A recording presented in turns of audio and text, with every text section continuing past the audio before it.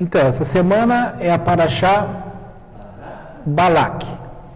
E a parte principal que eu acho que todo mundo lembra é que Balak é um rei moabita e que ele contrata o Bilam para poder amaldiçoar o povo de Deus, tá?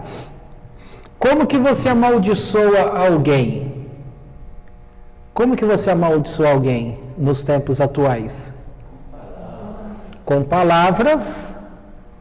Mas uma coisa que a gente não sabia, não é todo o horário do dia que uma maldição pega. De uma forma geral, lá no passado se tinha a ideia de que, por causa daquele texto, a maldição sem causa não acha repouso, tá? Isso é verdade? Claro que é verdade. Mas quem é que pode garantir que você está sem causa para uma maldição? Eis a questão. Primeiro, o que impurifica o homem?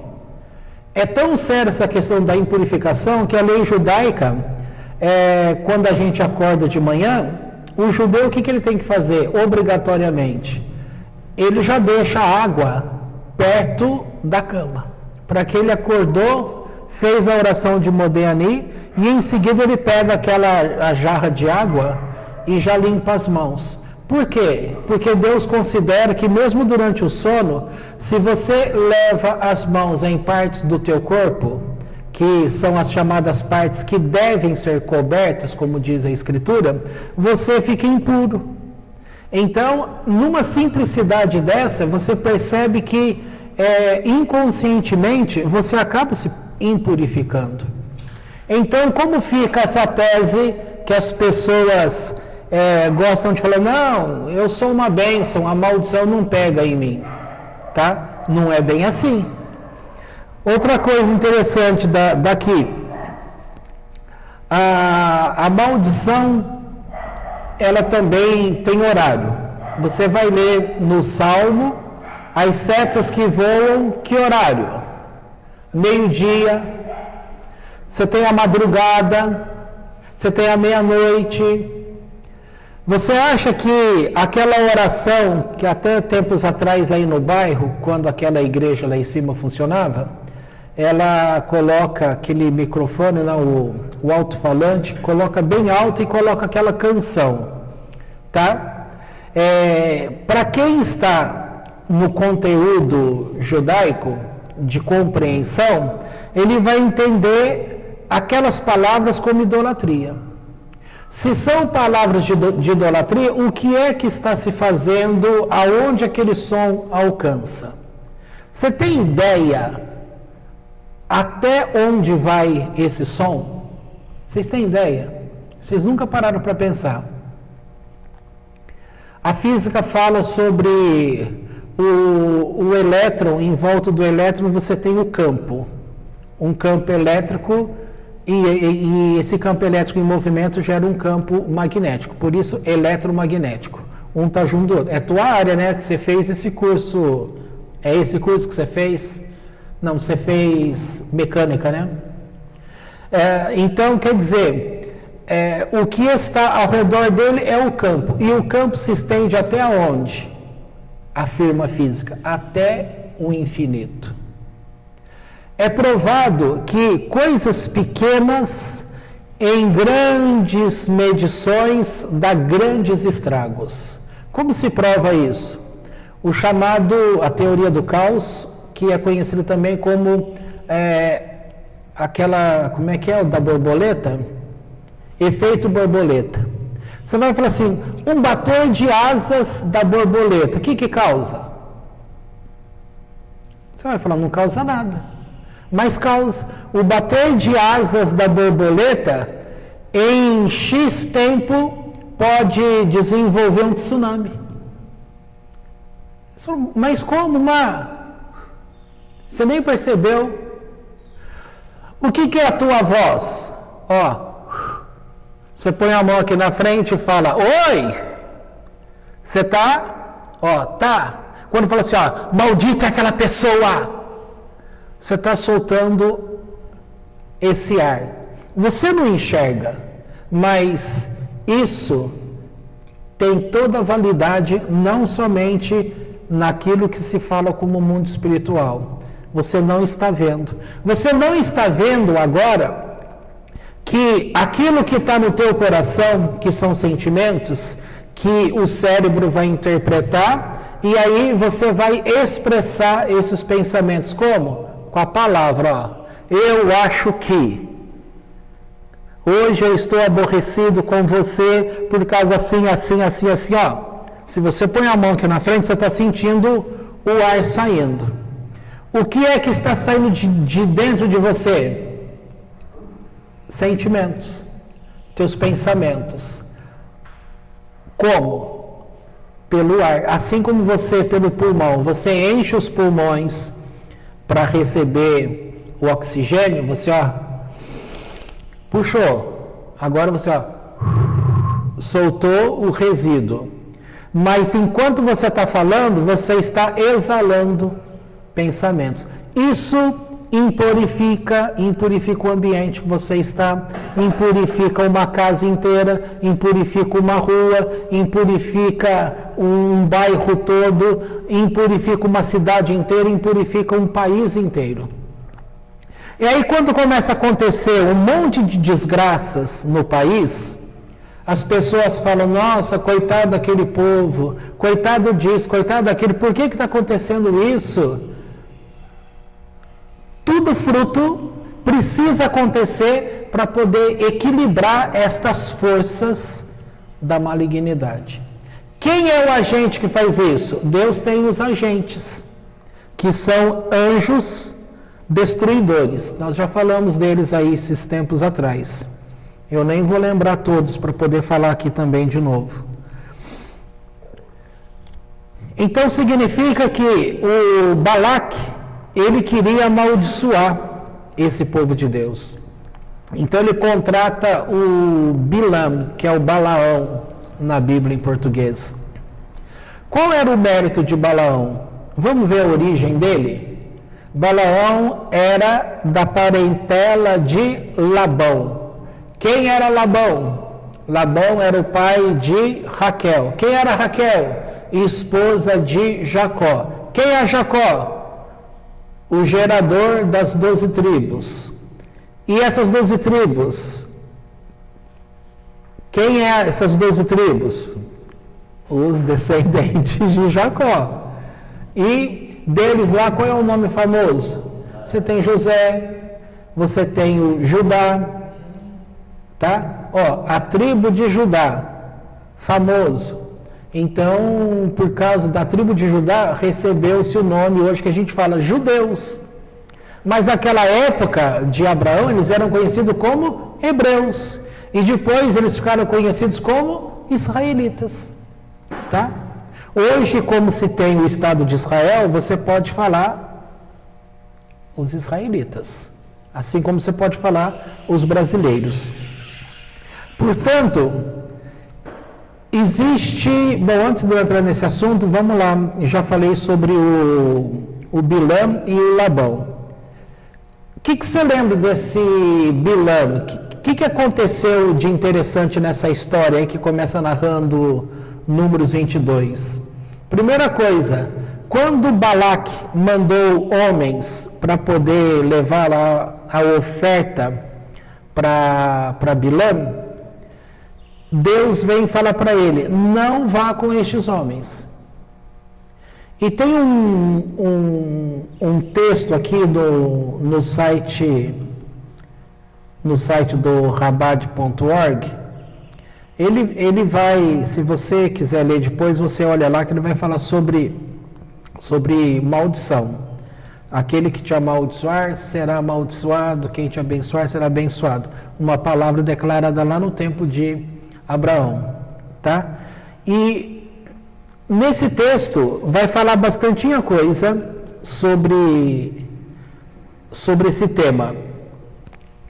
O Bilam, o que é que ele tinha que ficou famoso na história? Uma mula. E o que aconteceu com essa mula? Deus abriu a boca da mula para poder falar e envergonhar a ele. Mas lá no começo é dito que não vá com estes homens. E aqui você vai aprender uma coisa interessante. Você tem o teu lado consciente. O que é o teu lado consciente? O lado do querer. Quando você analisa uma situação, está a flor da pele, a tua raiva, a tua ira, ou o teu amor, ou o teu zelo, tá? Isso é o teu querer. Aí, esse querer, ele vai ficar mascarado um pouco por causa da religiosidade da pessoa. Ela vai se esconder atrás dos parâmetros religiosos. Aí é assim, é aceito que um religioso pratique mentira? Não é aceito, na verdade é escandaloso. Então, ele deixa de mentir. Você pode ver, quem é mentiroso, ele tenta se esconder atrás de uma capa de religiosidade e ele acaba mentindo do mesmo jeito. Né? Você tem pastor mentiroso, você tem rabino mentiroso, você tem congregação inteira mentiroso, fala-se de amor, mas pratica-se o ódio, e é tudo. Por quê? Prática do querer, aquilo que cada pessoa experimenta. Aí ele vai olhar para esse lado da religião que ele representa, então ele vai se portar para que as pessoas vejam a ele como alguém representante dessa religião. Então ele é zeloso naquele caso. Mas por dentro dele, ele deixou de ter o querer? Não deixou. Então, é ensinado que não é prazeroso da parte de Deus falar com uma pessoa assim.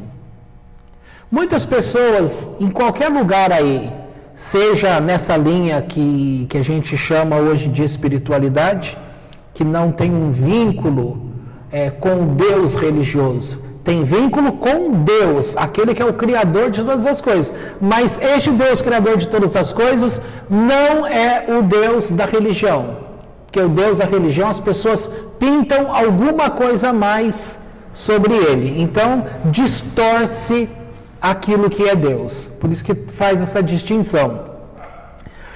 Deus não tem prazer de se relacionar com uma pessoa nesse tipo de situação. Aí você vai ouvir dentre as pessoas: eu oro tanto, Deus não fala comigo.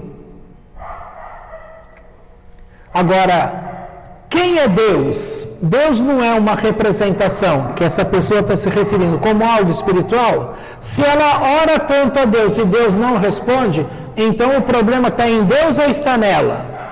A prática dela de espiritualidade está errada. Porque aquilo que ela está enviando por querer. Mas ela não está conseguindo decodificar o receber. Então ela está com um problema justamente na parte da alma dela, que vai enxergar aquilo que o olho humano não enxerga. É um mundo sobreposto ao outro. Quando se fala assim para as pessoas que estão dentro de uma igreja, de uma representatividade aí religiosa, ninguém questiona o que é o mundo espiritual. Mas se você vai falar para cientistas, para pessoas que são estudadas, eles vão falar assim: cadê esse mundo espiritual? Você tem um médium. O médium é da classe dos espíritas. E você tem livros relatando que eles conhecem estruturas que são cidades espirituais, que eles em projeção astral, em espírito, eles vão até essas cidades. Essas cidades, nessa representação espiritual, eles não estão com o corpo físico, eles também pegam, tocam. Aí a pergunta é: como que eu posso tocar algo que é partícula, que é duro, se está no mundo espiritual, coisa que as pessoas não veem? Como que é isso? Então você vai ter um livro que chama Física e Espiritualidade. São 2, 3 livros com esse mesmo título, mas com autores diferentes. Então, como que resolveu esse assunto para se entender como que é o mundo espiritual? Mas antes disso, estava conversando com uma pessoa que era evangélica e depois essa pessoa tornou-se Bnei Noach, tá? Começou a seguir as doutrinas judaicas, como Bnei Noach, as 7 leis de Noach. Como que essa pessoa passou a acreditar na reencarnação? Mas não a reencarnação que o Espírita fala. A reencarnação do Espírita vem da demonstração de Allan Kardec, que está aí para você fazer conta redonda, só você pensar no ano de 1700 e pouco. Não é uma data certa essa, tá? Estou falando, só para você guardar em termos de localização de tempo. Se você está em 2022, então você tem que saber que lá em torno do ano 1700 para 1800, que vem essa doutrina. Só que a reencarnação que o judaísmo explica, ele explica já desde a época de Adão. Então, concorda que a reencarnação que o Kardec fala, ele vai poder apresentar coisas que já são conhecidas desde o tempo de Adão, tá? Só para fazer uma comparação aí. O que ocorre aí nessa questão? Difícil compreender isso? Difícil, sabe por quê? Porque você pega uma Bíblia em português, em espanhol, em inglês, você vai pegar em variadas línguas, mas vamos ficar com a nossa, que é português. Você vai ter trechos na palavras, na escrita, que está se falando, o hebraico traz 5 palavras para indicar alma. Cada palavra, ela significa um estágio dessa alma. Uma manifestação dessa alma. O Talmud traz que o nosso corpo é o sapato da alma. Se você ficar de pé e olhar para o seu pé, onde você tem uma sandália, um sapato, quanto que cabe dentro desse sapato? Você vai falar assim, olha, eu calço 40, então o teu pé é 40. Vai dar em torno de 27 centímetros, o número 40, se eu não estou errado. Meio centímetro depois cada número. Então tem lá, 27 centímetros, 40. O pé 40, tá? O calçado 40. Então, quanto que cabe da tua alma nesse teu corpo aí? 27 centímetros. E o resto? E o resto do teu corpo? Canela, joelho, coxa, tronco, tórax, cabeça. Tudo isso que seria o entendimento de alma, aonde está? A alma, ela é tão grande, tão grande, tão grande, que é entendido que apenas um pedaço dela muito pequeno está no teu corpo. Por isso, usa-se a ideia do sapato, que olhando para o teu pé, você vai ver que comparado com o corpo, é uma parte muito pequena.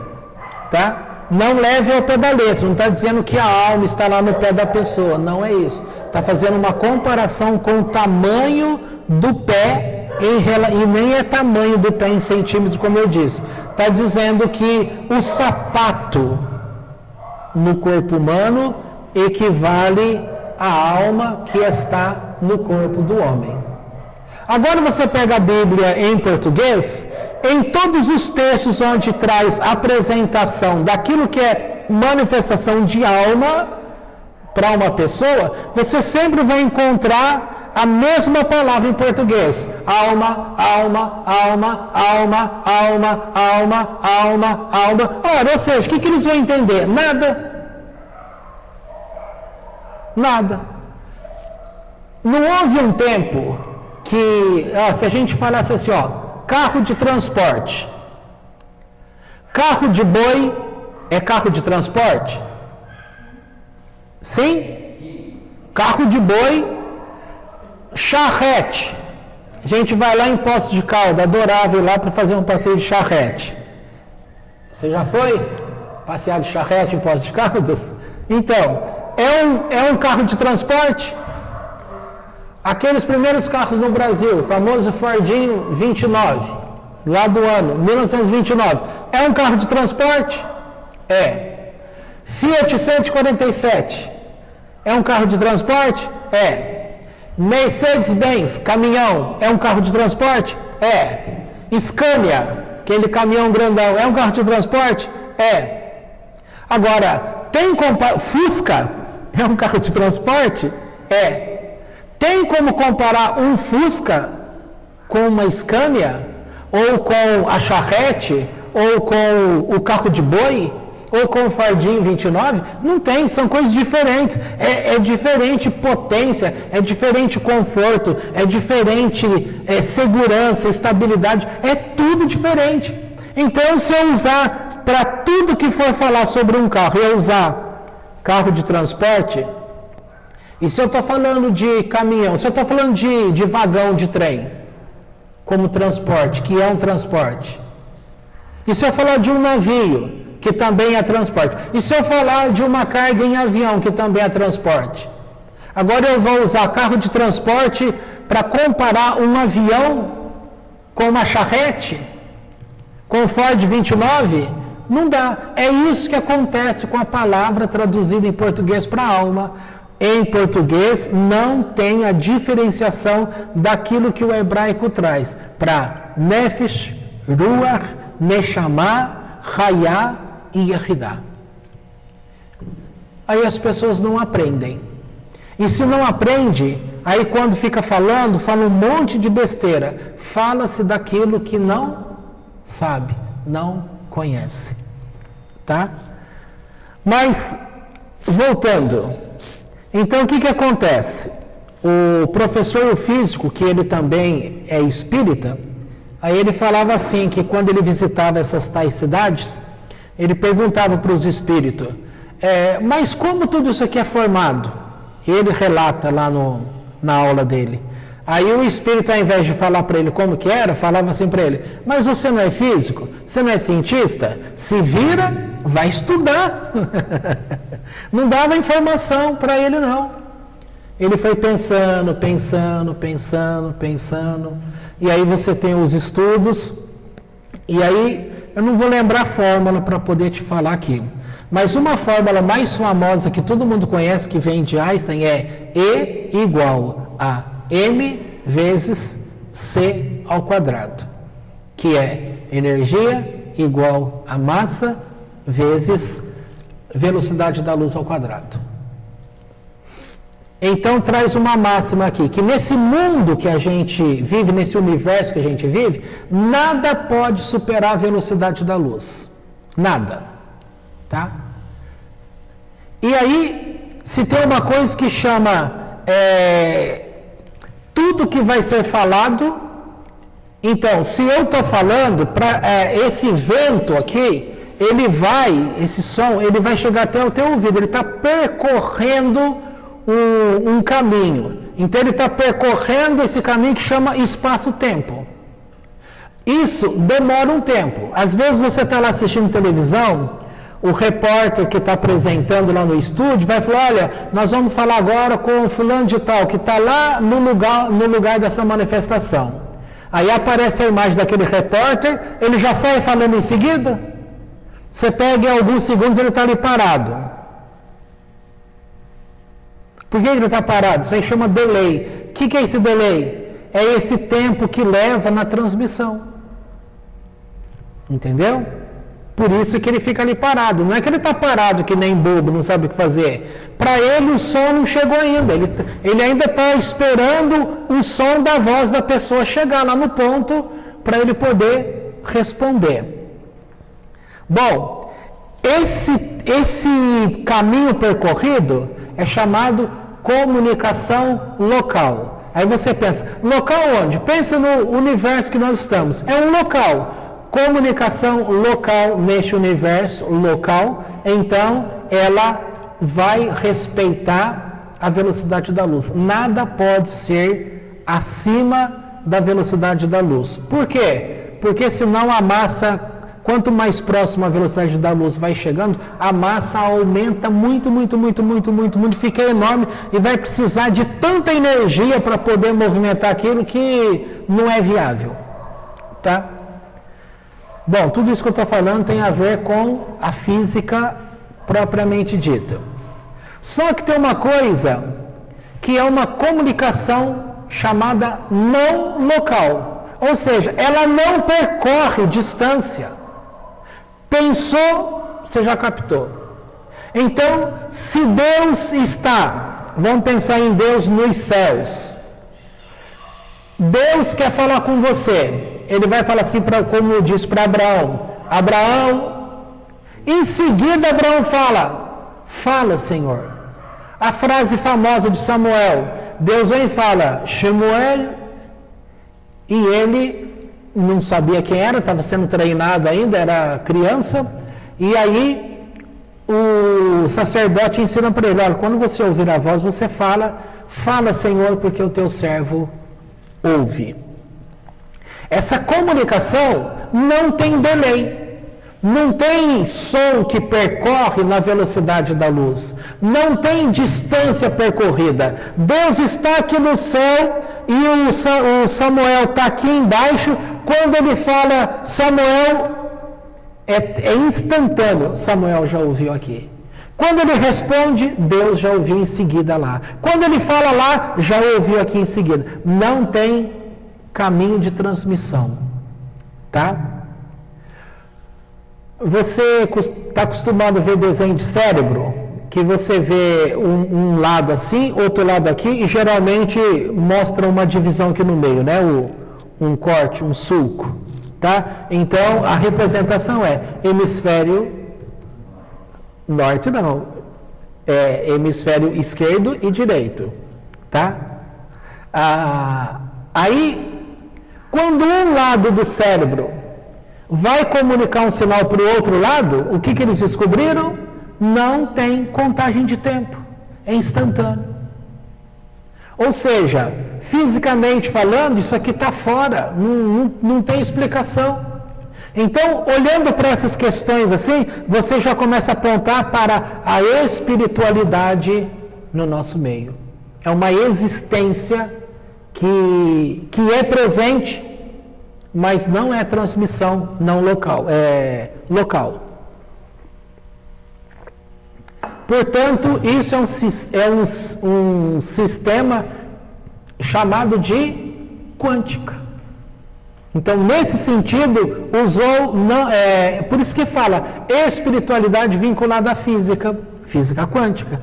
Por quê? Porque está numa relação de transmissão não local, é instantâneo. Tá?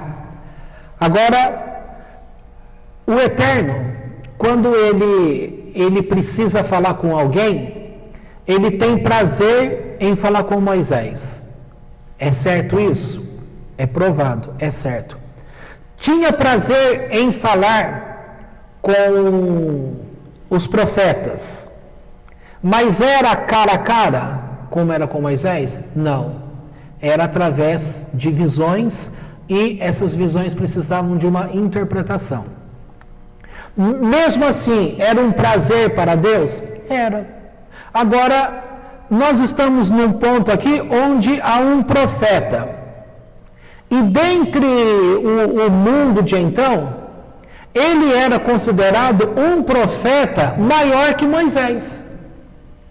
Mas em que sentido? Dentro de uma feitiçaria. Tá?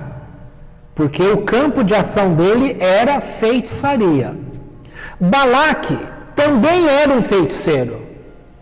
Só que dentro dessa feitiçaria você tem o jeito de falar. Quem é que sabia o jeito de falar? Bilam.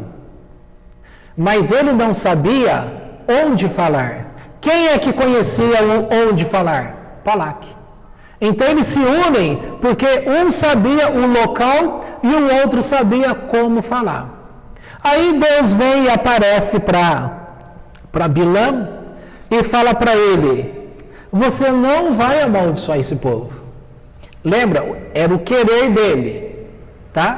O querer dele era: eu vou receber uma grande soma em dinheiro, vou ficar rico, mais rico do que eu sou, e só vou proferir umas palavras contra esse povo. Pronto. Né? Como diz aí na gíria, mamão com açúcar. Só que tem um detalhe na história. Quando Jacó saiu de lá da terra de Labão, o pai da mulher dele, o que aconteceu? O que a mulher dele fez? Aqui que vocês têm que ver como que é a justiça de Deus. Ela pegou os deuses do pai dela e colocou nas bagagens ali. Jacó viu? Não viu. O que ele viu depois? Que Labão está vindo atrás dele. Você roubou os meus deuses. Não, nós não roubamos, ninguém roubou. E aquele com quem for achado o produto do roubo deve morrer. O que aconteceu com Raquel? Morreu velha? Morreu novinha. Por quê? Produto dessa palavra. Você vai falar assim: gente, mas Jacó não sabia. É injusto. Dá para perceber quantas palavras saem da tua boca? Quantos pensamentos que você tem durante o dia, com a raiva, com o ódio, e você fala: não, está aqui guardadinho na minha cachola. Ou então a gente fala assim: eu fico aqui pensando cá com os meus botões. Não é assim que o povo fala? Dizendo assim: eu estou seguro, não estou fazendo mal para ninguém, porque esses meus pensamentos não estão saindo de mim. Não está saindo de você? Está saindo o ar de você? Tá, porque você está respirando. E quando você pensa, mesmo que você não está falando com a tua boca, ele está saindo, exalando. Porque em qualquer momento você vai soltar essas palavras. Agora, vamos pensar num processo assim, consciente e inconsciente. E vamos chamar nesse exemplo de vontade e não vontade. Ou seja, querer por vontade e esse pensar inconsciente. Então, lá no passado, a gente cantava uma música que a gente falava assim: eu quero perdoar a Deus, a mim e aos outros, a quem ofendi. Tá? Você entende o que é perdoar você, você entende o que é perdoar os outros, mas as pessoas não entendem o que é perdoar a Deus. Como que você vai perdoar alguém que não erra? Mas acontece que quando acontecem coisas ruins com você, que você se sente injustiçado, quem é a primeira pessoa que as pessoas culpam? Deus. Deus, por que fez isso comigo? Por que permitiu isso comigo? Entendeu? Aí, voltando àqueles assuntos de aparecer. Quando Deus vem para falar com o Bilam, é como se ele trouxesse um monte de nuvens. Isso aqui para você entender. E ele causou uma separação muito grande entre ele e Deus, que tinha que falar com uma pessoa perversa. E o relato é que Deus começa a falar com ele: perverso, o que você pensa em fazer? Você quer amaldiçoar o meu povo? Saiba você que este povo não pode ser amaldiçoado. Guarda essa palavra. Porque para este meu povo não cabe mazal. Ou seja, não cabe encantamentos. E ainda Deus fala: toda palavra que sair da tua boca será para abençoar. Só que ele tinha recebido um monte de dinheiro como pagamento para amaldiçoar. E aí, lembra que eu falei que as pessoas têm o querer e tem como esconder aquele querer. Na hora que Deus fala assim para ele, perverso, o que você está fazendo aqui? Ele tinha preparado 7 altares com sacrifício. Se você ler a Paraxá, você vai ver que está escrito as ofertas. Ele falou, estou aqui oferecendo sacrifícios ao Eterno. Esse é o querer? Não, não é o querer, porque o querer dele é amaldiçoar. Ele foi pago para amaldiçoar. Lá no começo da história, Bilam, quem são estes? Não sei, Senhor. Não vá com eles. Mas quando eles chegam e começam a fazer a proposta, o cara quer aquela proposta. E aí, mas ele já tinha ouvido que não era para ele receber aqueles homens. Aí ele fala assim, fiquem aqui, eu vou buscar a Deus e vou ver o que ele fala comigo, aí eu anuncio a vocês. Ora, tá certo isso? Deus já tinha falado, não vá com eles, então não era nem para ele receber. Então ele pegou o querer dele e transformou este querer com aquela capa de espiritualidade. Então quem olha fala, nossa, como essa pessoa, como esse pastor é bom, não sabe que esse cara é o maior picareta. Como esse profeta é bom, não sabe que ele é o maior picareta. Como esse meu vizinho é maravilhoso, não sabe o quanto ele é um perverso. Ah, quanto é aquilo tal. Então, gente, em quem que você pode confiar? Se você tem dificuldade para confiar, até em você mesmo. Porque você trai a você mesmo. Porque você acha que é um homem bonzinho para com Deus e daqui a pouco ele começa a provar para você o quanto você não é isso que você acha que é. Porque ele começa a mostrar para você quais os verdadeiros pensamentos e sentimentos que estão dentro de você, escondidos. Aí todo mundo conhece o tema aí sobre inconsciente, principalmente quem é da área de saúde, conhece bem esse tipo de coisa. E aí vai caminhando a história. Resultado, ele, ao invés de amaldiçoar, ele abençoou muitas e muitas vezes o povo. Por fim, aí ele usa uma palavra assim, mesmo que você me desse todo o dinheiro do mundo, eu não iria conseguir amaldiçoar, porque Deus não permite que eu amaldiçoe. Quando viu que estava tudo encerrado, ele procura, veja só, o que é o querer, hein? Depois que você controlou uma situação, ouviu até Deus, você vai lá e faz aquilo que você queria. Ele chega para Balaque e fala, eu sei um jeito de uma maldição chegar sobre esse povo, sem que a gente tenha que proferir a maldição. Olha que nível de maldade.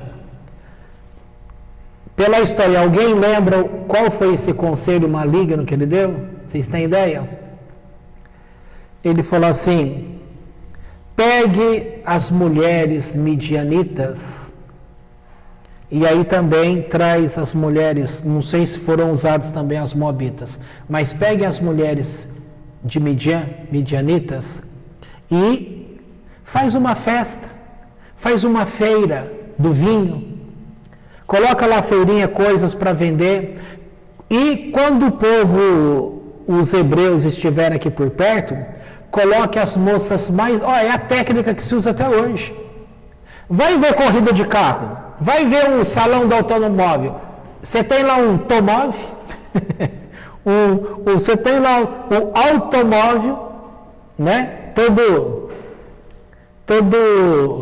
bonitão lá. Quem é que está de pé do lado dele quase que sem roupa? Uma mulher. Aí você fala, a publicidade pega o exemplo aonde? Pega lá de trás. Fizeram essa feirinha, dentro da cabaninha lá, da parte de dentro, colocaram lá o Deus, Peor Baal. Aí, qual foi a ideia? coloca as moças bonitas do lado de fora. Quando os homens vierem e ver, nossa, legal, tá, você tem mais coisa? Tem sim, aqui atrás do lado de lá, da cortina, tem sim. Aí na hora que ele passa para o lado de dentro, ela dava vinho para ele, né?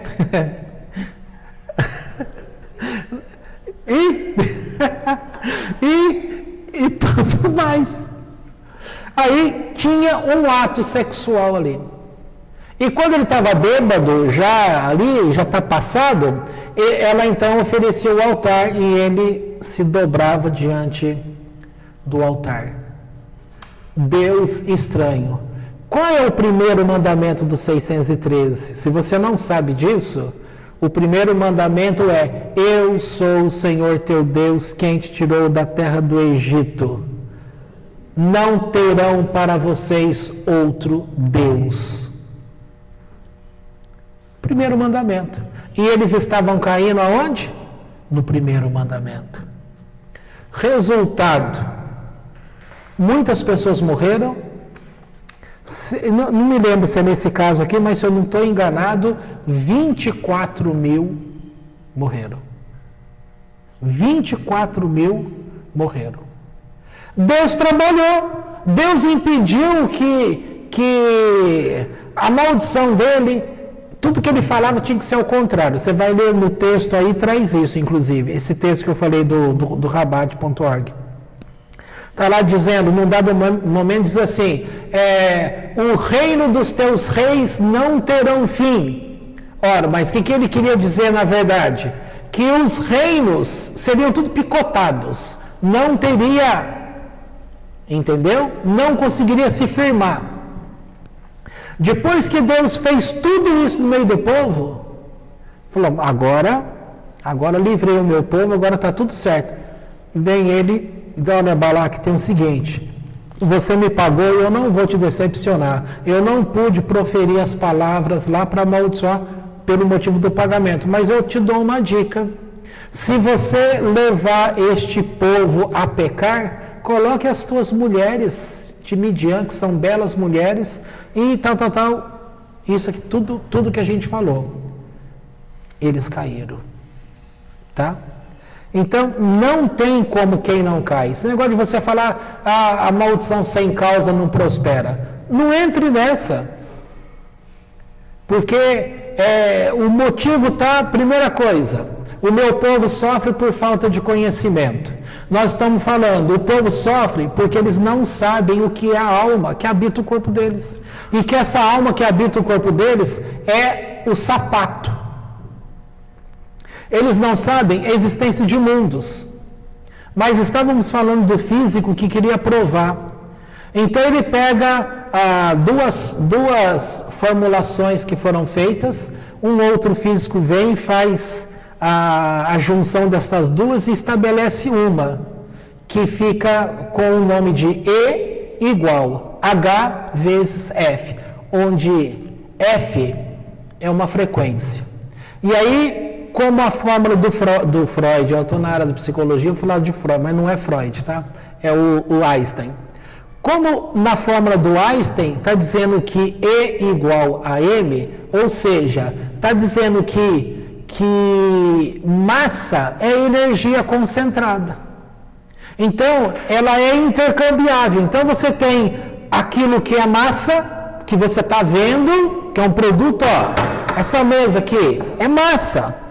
Mas ela também pode intercambiar, ela pode se tornar em energia.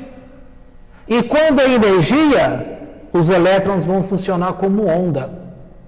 E aí não tem dúvida, ou seja, você nem vai enxergar essa mesa como se ela não tivesse existência. Aí vem a perspicácia do cientista. Se este mundo está formulado em... Você vai quantificar a massa, né? Você pega um elétron e vê lá, olha, essa estabilidade dele e mede ele em repouso. Essa massa vai dar tanto. Poxa, se essa massa do elétron é tanto e ela equivale a essa frequência, então será que não existe uma frequência F1 para uma massa também M1? que estão estabilizados? Será que não existe também um M2 igual a H vezes F2? Um M3 para H vezes F3? Um M4 para H vezes F4? 5, 6, 7, 8... Até infinito? Não. Até a frequência chegar a zero. Porque na hora que a frequência chegar a zero, tudo volta a fazer parte do campo. Porque, segundo a teoria, o campo é um. É a teoria da unidade. Aí você vai lá para a parte da Bíblia. Exalta Jesus, que falou, eu e o Pai somos um.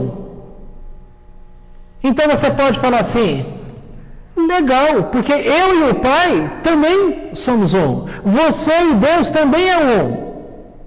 Só que tudo que acontece, lembra que se falou do bater de asas da borboleta, que causa aquela coisa? Lembra que eu falei das palavras que a gente fala, que de outros que vão poluindo uma casa, a área da casa, a rua da casa, depois um bairro inteiro, depois uma cidade inteira, depois um país inteiro? Tudo isso está relacionado com forças que atrapalham não somente a você, mas interfere em todos. O bem que você faz interfere em todo o universo. O mal que você faz interfere a todo o universo. É você que não tem noção da desgraça que foi causada.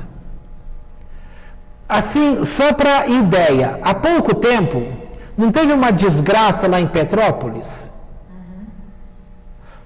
Também há pouco tempo não ficou conhecido aquela barragem que estourou lá em Minas, como é que chama a cidade lá? Que é? Brumadinho? Tá.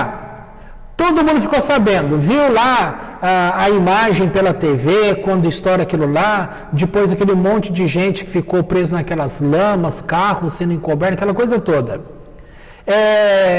De quem é a culpa? Dos engenheiros que assim, tal.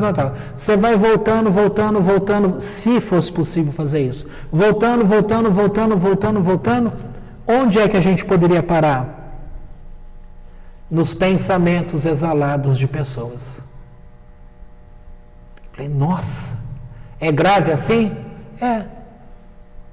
Por isso que essa questão que a gente ora aqui, da contabilidade do dia, por isso que todo dia você deve encerrar o teu dia e colocar, Deus, tudo que aconteceu nesse dia, coloco diante de Ti. Tudo que gerou negatividade, apresento diante de Ti. E peço que isto não me acompanhe para o dia seguinte. Você já está impedindo um monte de coisa. Se todo mundo faz isso, o judeu significa que todos fazem? Deveria ser.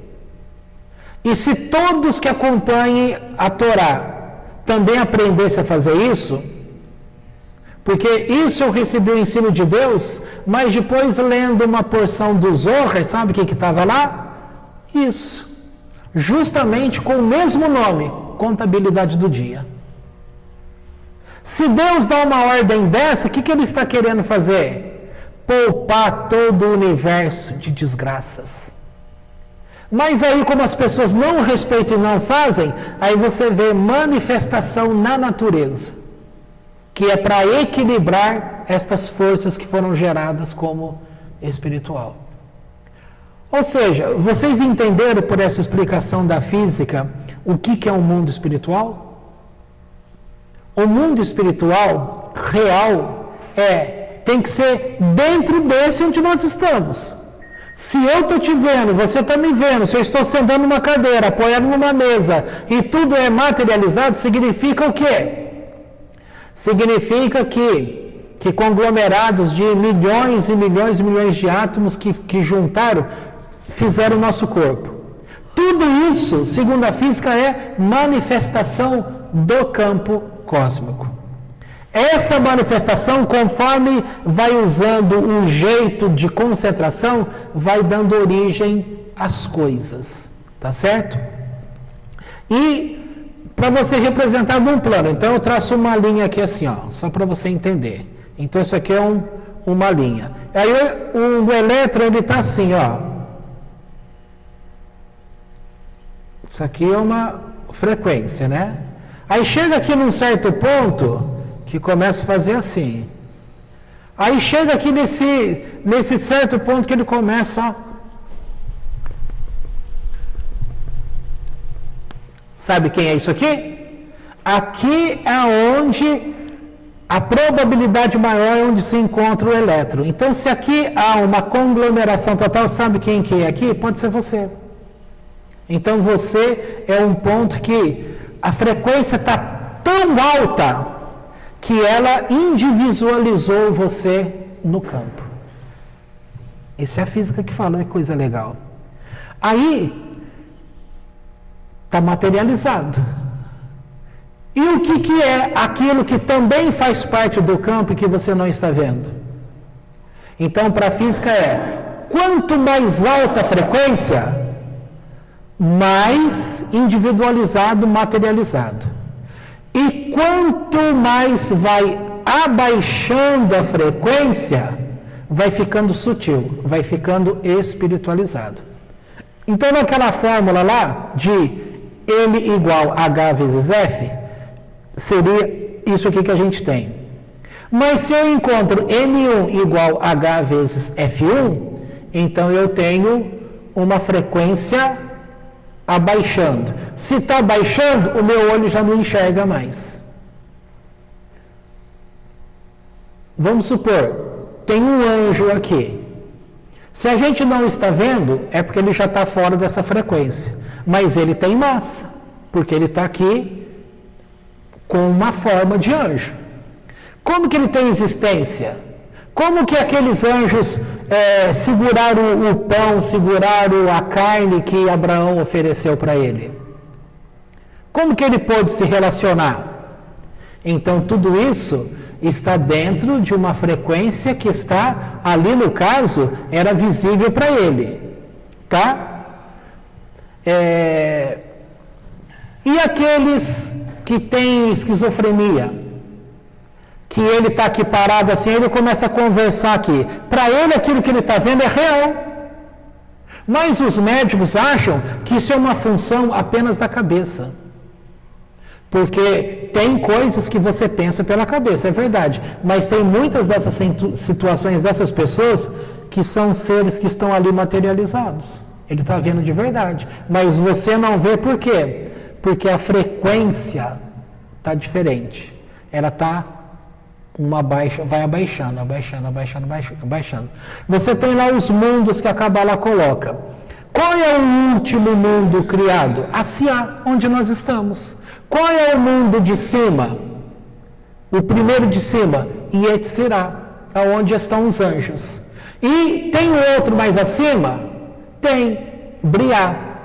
E ainda tem forma? Ali ainda diz que estão os serafins, que é a semelhança de fogo. Então, ele já está numa classificação mais acima, ou seja, muito mais espiritualizados. E Atzilut? Atzilut já é dito, não tem forma nenhuma lá. Mas um pedacinho da nossa alma está lá. Então, nós temos ligação com tudo isso. Tá? É difícil, né? Concordo que é uma situação difícil, mas é só para você entender que aquilo que Deus se manifesta e fala, bem como as pessoas que têm experiência de quase morte, que são aquelas pessoas que têm um ataque do coração, clinicamente falando, ela morre, está ali na mesa de cirurgia, recebe aquele choque e nada, e o pi, dá lá, está morto. E aí fica lá morta, por exemplo, meia hora do nosso tempo. Mas no mundo espiritual isso pode ser várias horas.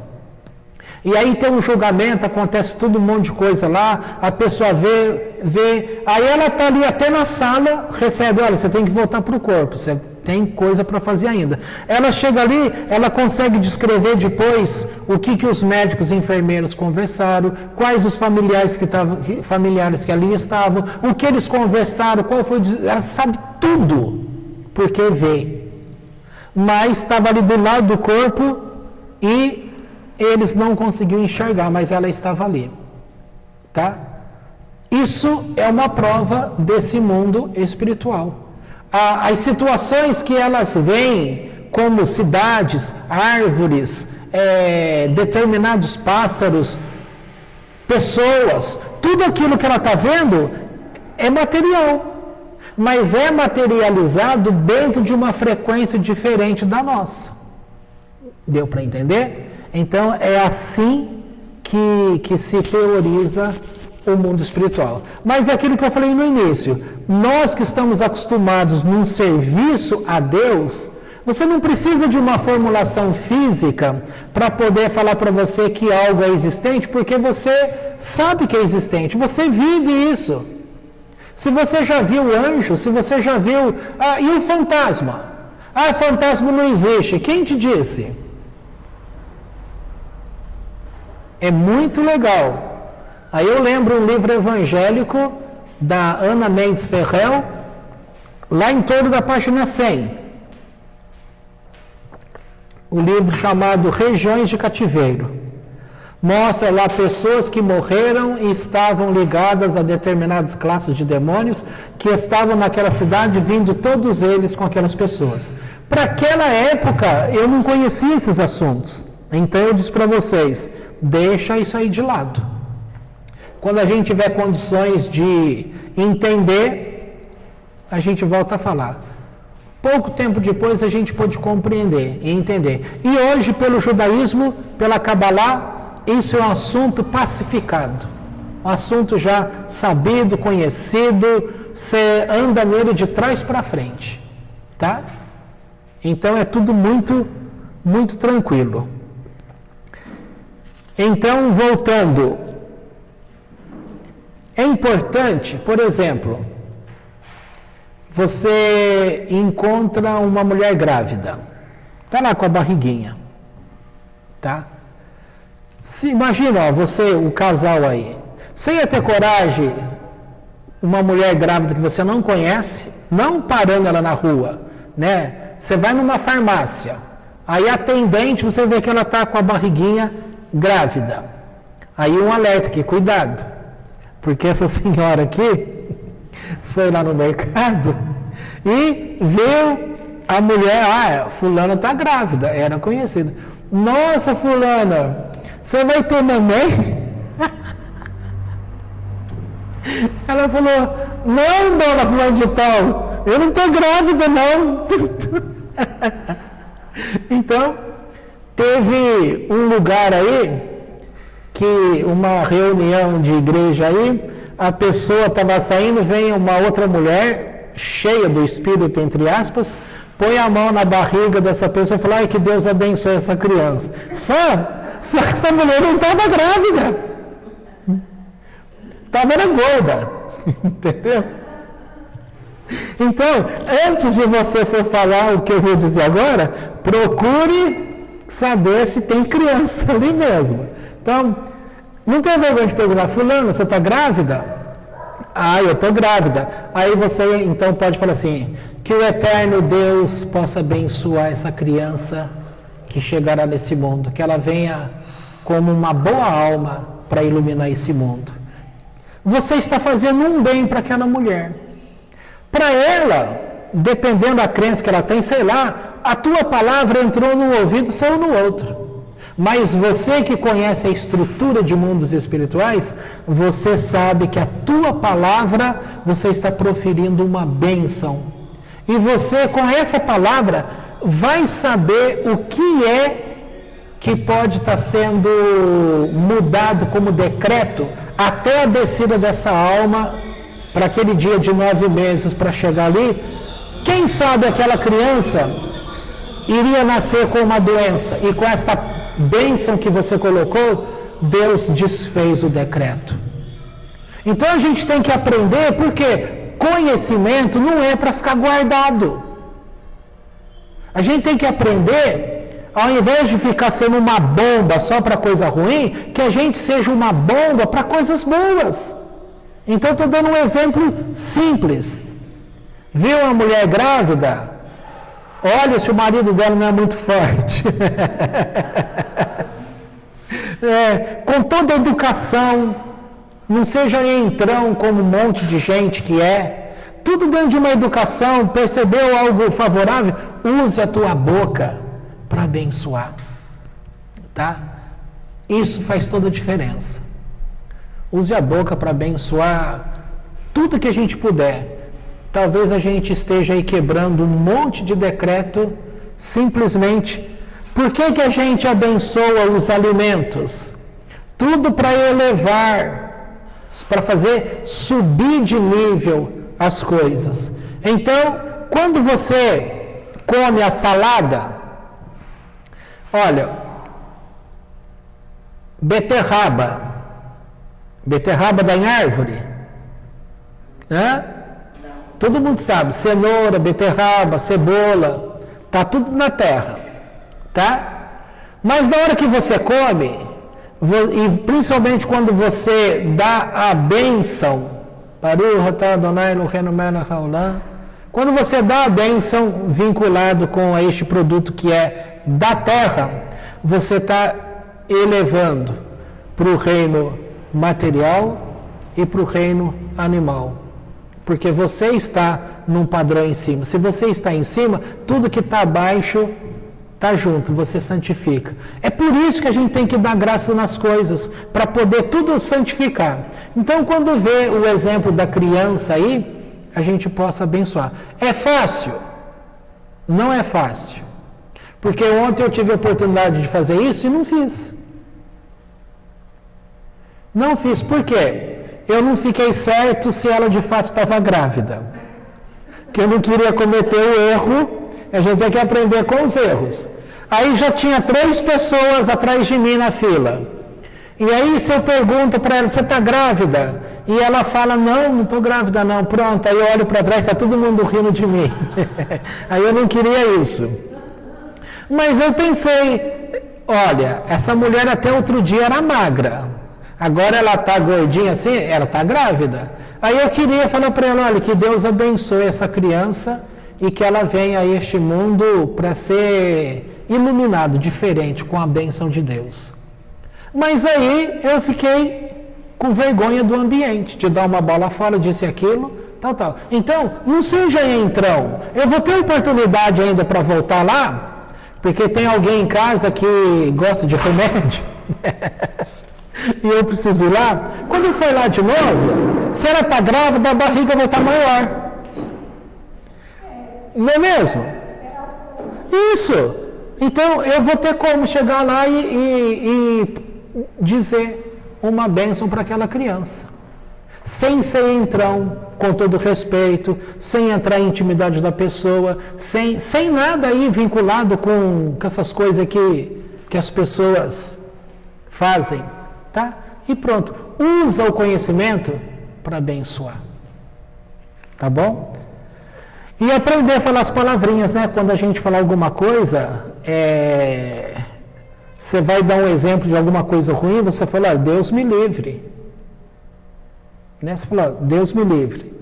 Ou se está num cônjuge, fala, Deus nos livre. Você vai falar de uma enfermidade, olha, a criança que nasceu com síndrome de tal coisa, Deus nos livre.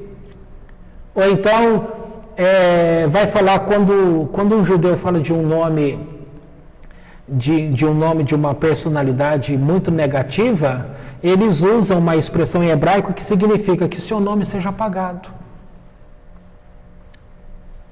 Entendeu? Vou fazer alguma coisa, não é uma promessa, para não ficar com aquele plano de promessa, Billy Nether. Ou então se fala em português, olha, não é uma promessa. Hasve Shalom. Ou pensou alguma coisa tal, Baruch Shem Kevod Malchuto Leolam Vaed. Para procurar limpar o espaço desse campo que está indo, para você não levar sujeira para frente, tá? E essa paraxá fala justamente da feitiçaria, da proclamação, de levar. E quando a pessoa quer ser maligno, ela consegue. Tá bom? Então vamos encerrar aqui.